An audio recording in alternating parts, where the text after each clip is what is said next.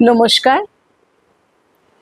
আজ আবার চলে এসেছি, তবে বেশ কিছুদিন পর। তখনই হয় না, আসলে শরীর সবসময় সঙ্গ দেয় না, তাই একটু দেরি হলো।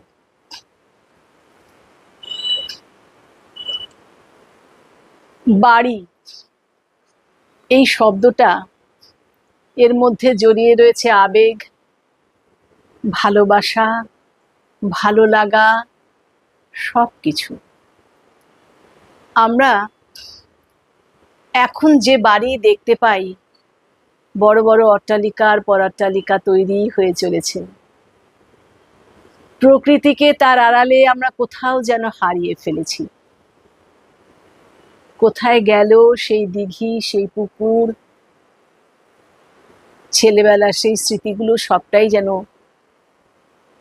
ধ্বংস হয়ে যাচ্ছে। আমরা বুঝতে পারছি আমরা বিপদের সম্মুখীন হচ্ছি। আমরা বৃক্ষরোপণ করছি ঠিকই, তার থেকেও বেশি আমরা বৃক্ষচ্ছেদন করছি। একটা গাছ তৈরি হতে কত সময় নেয়, কত সময় লাগে, কিন্তু ধ্বংস করতে 1 মিনিট, 1 ঘন্টা, ব্যাস শেষ। তো এইরকম একটা প্রাকৃতিক পরিস্থিতির সম্মুখে এসে এই অবস্থায় দাঁড়িয়ে আমাদের কি কিছুই করণীয় নেই? জানি না, উত্তর জানা নেই। তবুও অট্টালিকার পর অট্টালিকা হয়েই চলেছে। কিন্তু আমার এখানে আসার মূল উদ্দেশ্য কবিতা বলা। আজকে যে কবিতাটি আমি বলবো, কবির নাম কুমুদ রঞ্জন মল্লিক। আমার বাড়ি। বাড়ি আমার ভাঙন ধরা অজয় নদীর বাঁকে, জল যেখানে সোহাগ ভরে স্থলকে ঘিরে রাখে।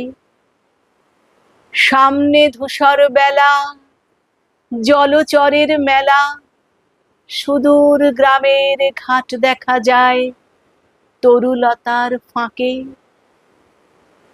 ঠিক দুপুরে বাতাস লেগে নাচে জলের ঢেউ, আমি দেখি আপন মনে, আর দেখে না কেউ। জেলেরা দেয় বাজ, লাফায় বোয়াল মাছ, নীরব আকাশ মুখর করে শঙ্খ চিলে ডাকে। ভাঙা বাড়ির ভাঙা ঘাটে আছড়ে পড়ে জল, মেঠো ফুলের মিঠা বাসে মন করে চঞ্চল।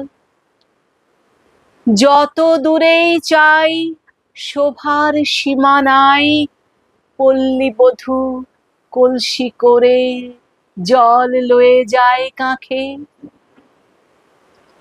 মাধবী আর মালতীতে ঘেরা উঠোন মোর, আমের গাছে কোকিল ডাকে সারাটা দিন ভোর। দোয়েল পাপিয়ায় গানে কানন ছায়, চক্র রচে মৌমাছিরা নিত্য ঝাঁকে ঝাঁকে। বাড়ি আমার ভাঙন ধরা অজয় নদীর বাঁকে, বাড়ি আমার ভাঙন ধরা অজয় নদীর বাঁকে। নমস্কার। কবি কুমুদ রঞ্জন মল্লিক পল্লী কবি নামেই বিশেষ খ্যাত। তিনি প্রকৃতি প্রেমিক ছিলেন। তার কয়েকটি কাব্যগ্রন্থ, উজানি, একতারা, বন তুলসী ইত্যাদি। তার জন্ম কোগ্রামে, বর্ধমান জেলা। আজ এই পর্যন্তই। নমস্কার, আবার দেখা হবে।